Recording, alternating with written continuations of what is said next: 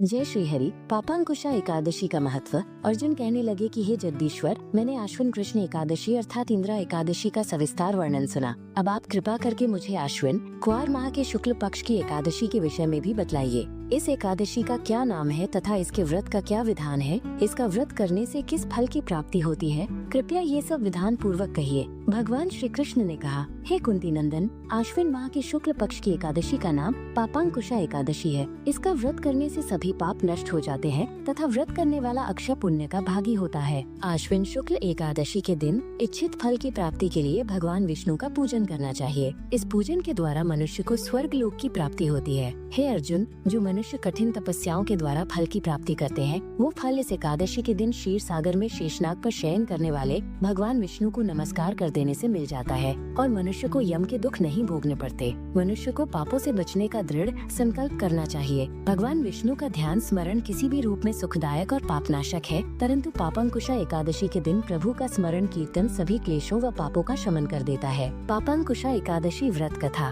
प्राचीन समय में विंध्य पर्वत पर क्रोधन नामक एक बहेलिया रहता था। वो बड़ा क्रूर था। उसका सारा जीवन हिंसा, लूटपाट, मद्यपान और गलत संगति पाप कर्मों में बीता। जब उसका अंतिम समय आया, तब यमराज के दूत बहेलिये को लेने आए और यमदूत ने बहेलिये से कहा कि कल तुम्हारे जीवन का अंतिम दिन है, हम तुम्हें कल लेने आएंगे। ये बात सुनकर बहेलिया बहुत भयभीत हो गया और महर्षि अंगिरा के आश्रम में पहुंचा और महर्षि अंगिरा के चरणों पर गिरकर प्रार्थना करने लगा, हे ऋषिवर, मैंने जीवन भर पाप कर्म ही किए हैं। कृपा कर मुझे कोई ऐसा उपाय बताएं जिससे मेरे सारे पाप मिट जाए और मोक्ष की प्राप्ति हो जाए। उसके निवेदन पर महर्षि अंगिरा ने उसे आश्विन शुक्ल की पापांकुशा एकादशी का विधि पूर्वक व्रत करके को कहा।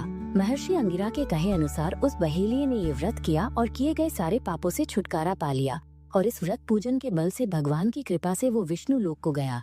जब यमराज के यमदूत ने इस चमत्कार को देखा तो वो बहेलिया को बिना लिए ही यमलोक वापस लौट गए। जय श्री हरि।